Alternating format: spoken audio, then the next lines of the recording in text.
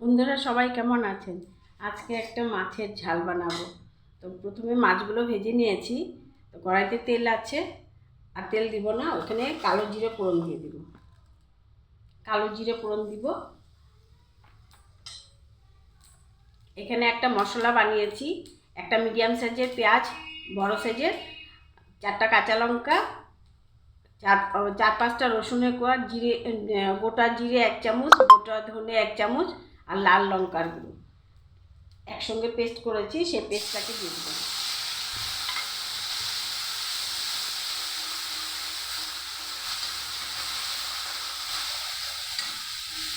রূপচাঁদা মাছের আজকে ঝাল বানাবো, তাই এরকম ঝাল করে বানাচ্ছি। দিব হলুদ গুঁড়ো, আর দিব সামান্য লাল লঙ্কার গুঁড়ো। এখন মশলাটাকে ভালো করে একটু ভেজে নিব।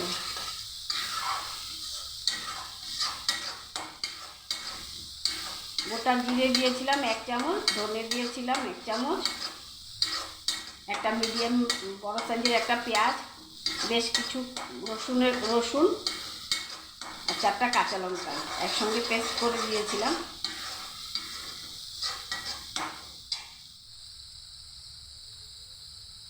এখন 1 চামচের মতো টক দই, ওইটার মধ্যে আমি কাশ্মীরি লঙ্কার গুঁড়ো ফেটে রেখেছি।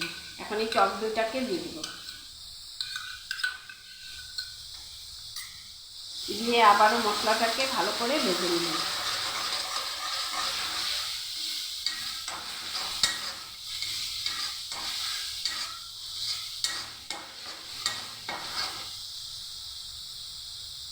টক দইয়ের বাটিটা ধুয়ে সামান্য জল দিয়ে দিব।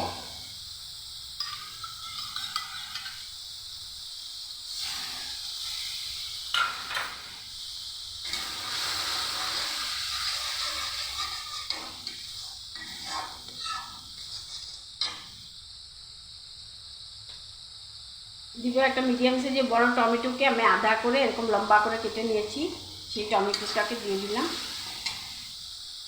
দিব স্বাদ মতো অল্প চিনি, আর দিব স্বাদ মতো লবণ।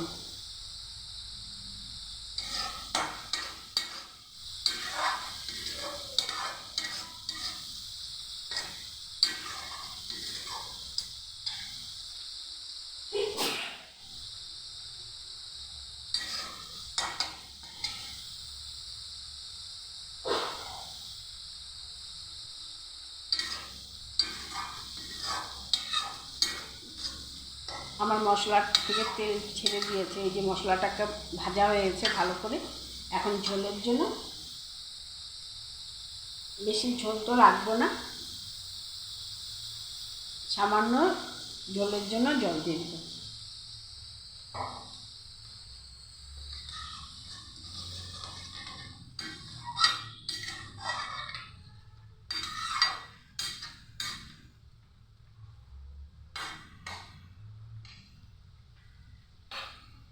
আর একটু জল দিব, দেব 2টা চেরা কাঁচা লঙ্কা, ব্যাস, আর কিছুই দিব না এটার মধ্যে। এখন মাছগুলো দিয়ে দিব। এখানে আমি মাছগুলো, রূপচাঁদা মাছ ভেজে রেখেছিলাম, এখন সেই মাছগুলো দিয়ে দিব।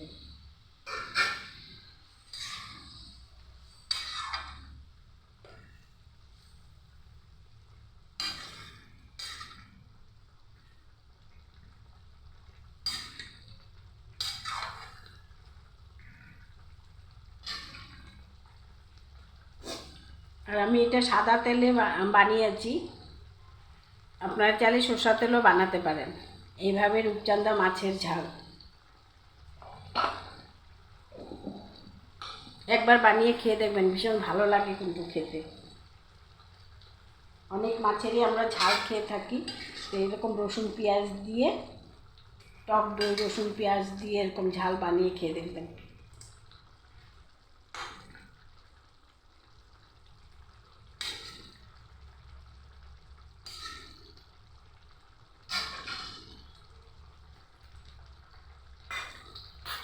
এখন এটা হয়ে গেছে, আমি এখন এটাকে নামিয়ে নেব। তাহলে আজ এই পর্যন্তই। সবাই ভালো থাকবেন, সুস্থ থাকবেন। যদি দেখে ভালো লাগে তাহলে একটা লাইক করবেন।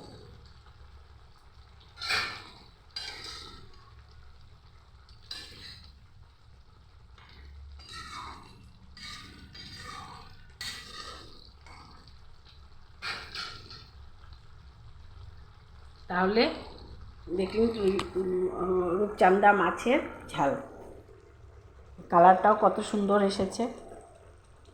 আর এইভাবে একবার রূপচাঁদা মাছের ঝাল বানিয়ে খেয়ে দেখবেন, ভীষণ ভালো লাগে।